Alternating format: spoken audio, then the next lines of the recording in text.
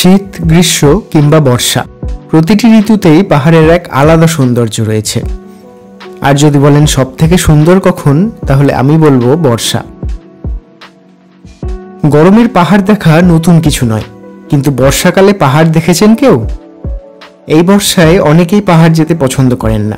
তারা ভাবেন বর্ষা মানেই তো পাহাড়ে ধস, হোটেলবন্দি হয়ে বসে থাকা, ওদিকে কাঞ্চনজঙ্ঘাও মেঘের আড়ালে লুকিয়ে থাকে। কিন্তু বর্ষার যে একটা আলাদা মাধুর্য রয়েছে সেটা অনেকেই জানেন না। তাই বর্ষায় পাহাড় যাওয়ার সুযোগ আসতেই বেরিয়ে পড়েছিলাম উত্তরবঙ্গের দিকে। আমাদের প্রথম গন্তব্য ছিল ঝেপি গ্রাম, যার ভিডিও আপনারা আগের পর্বে দেখেছেন। ঝেপি থেকে আজ রওনা দিলাম মিমের উদ্দেশ্যে। গুড মর্নিং ফ্রম ঝেপি। আজ আমরা রওনা দিলাম ঝেপি থেকে মিমের উদ্দেশ্যে। দারুণ দিন কাটিয়ে আজ মিমের দিকে যাচ্ছি। আর আপনারা যদি ওয়াও গেটার্সের সাথে দিয়ে কোথাও আসেন নর্থ বেঙ্গল, তাহলে কিন্তু আমাদের অসিত ভাইকে খুঁজে নেবেন। সত্যি খুব ভালো ছেলে। হ্যাঁ, আপনাদের খুব সুন্দর করে ঘুরাবে। ঠিক আছে অসিত দা? একদম ঠিক আছে। আজ সকাল থেকে আকাশের মুখ ভার, এখনো পর্যন্ত সূর্যের দেখা পাইনি। মাঝে মধ্যে ছিটে ফোটা বৃষ্টি পড়ছে। বর্ষাতেও পাহাড় ঘুরে দেখার এক আলাদা মাধুর্য ও সৌন্দর্য রয়েছে, যা কখনো ভাষায় প্রকাশ করা যায় না। চারিদিকে বৃষ্টি ভেজা গন্ধ আর কুয়াশার ছড়াছড়ি। সবুজ পাহাড় আরো সবুজ হয়ে উঠেছে।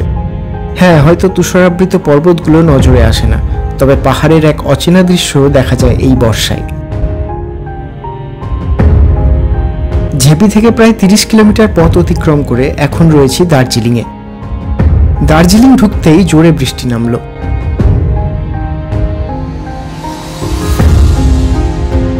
এখান থেকে মিমের দূরত্ব প্রায় 24 কিলোমিটার, সময় লাগবে 1 থেকে 1.5 ঘন্টা।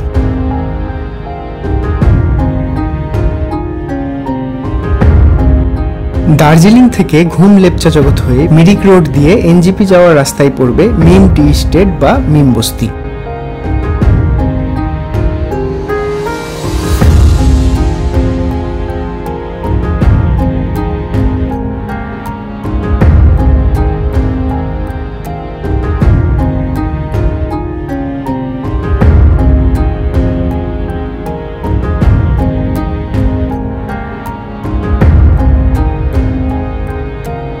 লেপচা জগৎ পেরিয়ে কিছুটা আসলেই মিম ফটক লেখা এই সাইনবোর্ডটি দেখতে পাবেন। সেখান থেকে ডান দিকে ঘুরলেই মিমের রাস্তা শুরু। এখান থেকে আমাদের হোমস্টে আরো 7 কিলোমিটার। নিউ জলপাইগুড়ি থেকে মিম চা বাগানের দূরত্ব 85 কিলোমিটার এবং দার্জিলিং থেকে এই জায়গার দূরত্ব 20 কিলোমিটার। নিউ জলপাইগুড়ি থেকে সরাসরি মিম আসতে চাইলে গাড়িতে খরচ পড়বে প্রায় 3000 টাকা। শেয়ার গাড়িতেও আসা যায় মিম চা বাগান। দার্জিলিংগামী গাড়িতে চলে আসুন ঘুম থেকে শেয়ার গাড়িতে সুখিয়া পুখরি, আবার সেখান থেকে মিম চা বাগান। আবার দার্জিলিং থেকেও ডাইরেক্ট শেয়ার গাড়িতে চলে আসতে পারবেন এখানে।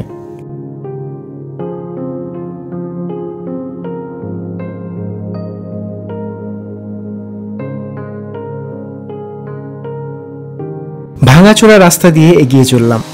কখনো চড়াই, কখনো উতরাই, আবার কখনো ঘন জঙ্গল। রাস্তার বেহাল দশা। এটুকু রাস্তা পৌঁছাতেই প্রায় 1 ঘন্টা লেগে গেল। ড্রাইভার দাদা এই রাস্তায় প্রথম, তাই রাস্তা চিনতেই আরো কিছুটা সময় লেগে গেল। দীর্ঘ প্রতীক্ষার পর অবশেষে খুঁজে পেলাম আমাদের আজকের আস্তানা তক্ত হোমস্টে।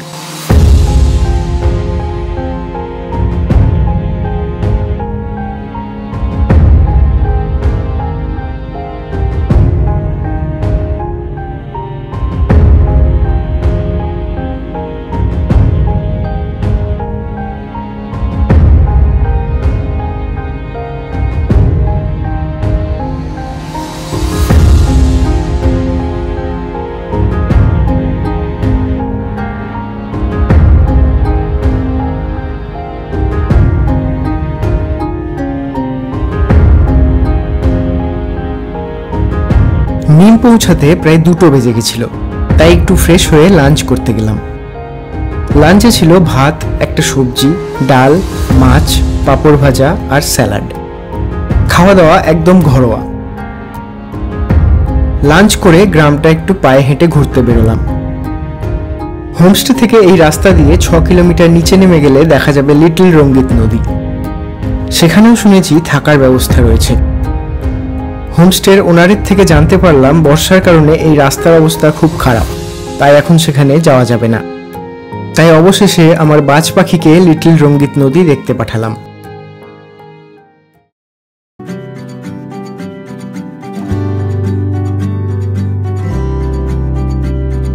छोटी छोटी राहें मिलके कहीं दूर दूर मंजिल पर जाएगी, कभी छाँव छाँव कहीं धूप सताएगी। উত্তরবঙ্গ বেড়াতে গিয়ে একজন পর্যটক যা যা চান তার সবকিছুই দেখা মেলে এই মিম চা বাগানে। নদী, পাহাড়, জঙ্গল, চা বাগানের দেখা সারা বছর মিললেও বর্ষাতে কাঞ্চনদার দেখা পাওয়া বেশ মুশকিল।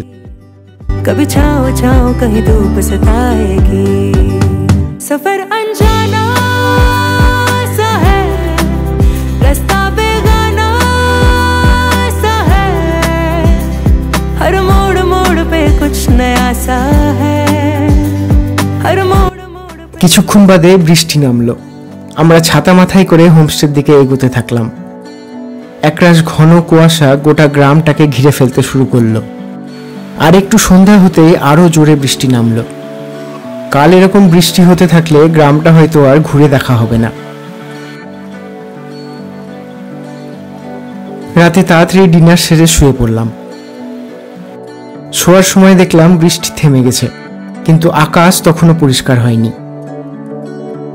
রাতের আকাশ আর পাহাড়ি গ্রামের আলোর খেলা দেখতে দেখতে কখন যে ঘুমিয়ে পড়েছিলাম।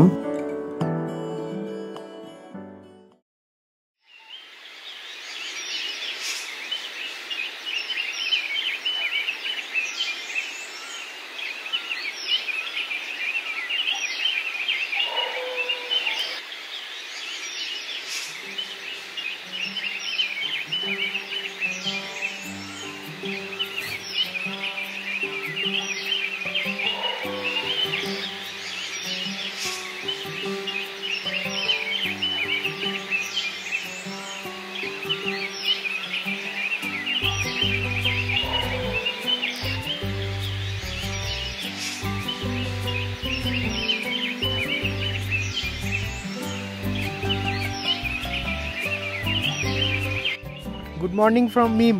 বৃষ্টির পর একটা আজকে ঝা চকচকে সকাল। কাঞ্চনজঙ্ঘার কিন্তু দেখা নাই, যদিও এবার আমাদের উদ্দেশ্য ছিল বর্ষায় পাহাড়ের সৌন্দর্যকে দেখা, তাই কাঞ্চনজঙ্ঘার আশা করিও নি। এখনো আরো কয়েক ঘন্টা আছি মিমে, দেখা যাক শেষ অবধি যদি তিনি উদয় হন। গতকাল বৃষ্টির কারণে গ্রামটা ঘুরে দেখা হয়নি, তাই আজ সকাল সকাল বেরিয়ে পড়লাম। কিছুটা রাস্তা চলার পর এরাও আমাদের সাথে যোগ দিল। চা বাগানের রাস্তা দিয়ে হাঁটতে লাগলাম। রাস্তায় আমরা ছাড়া আর কোনো টুরিস্ট চোখে পড়ছে না। রাস্তার দুদিকেই চা বাগান, তার মাঝে মাঝে বাড়ি। এই নিম টি গার্ডেন তৈরি হয়েছিল 1800 শতকের মাঝামাঝি। 390 হেক্টর জুড়ে ছড়ানো এই চা বাগানটি দার্জিলিংয়ের একমাত্র চা বাগান যা ভারত সরকারের অন্তর্গত এবং আন্দ্রে ইউল চা কোম্পানির দ্বারা পরিচালিত। এই মিম কথাটি এসেছে মেম থেকে। এই অঞ্চলে স্থানীয় মানুষজন মনে করত এই চা বাগানের মালিক এক ইংরেজ মহিলা এবং তাকে তারা মেম সাহেব বলতো। সেই মেম সাহেব থেকেই মিম কথাটির উদ্ভব।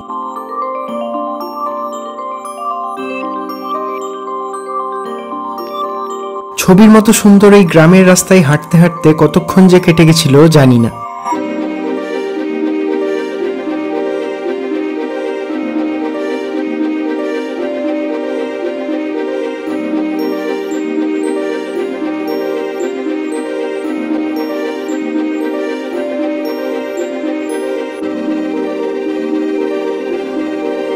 হোমস্টে এসেই ব্রেকফাস্ট সেরে ফেললাম গরম গরম লুচি, ছোলার তরকারি আর ডিম সেদ্ধ দিয়ে।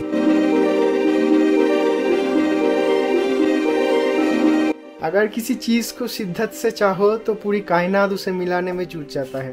হয়তো সত্যি করেই একটা দেখা চেয়েছিলাম তার। আর দেখুন,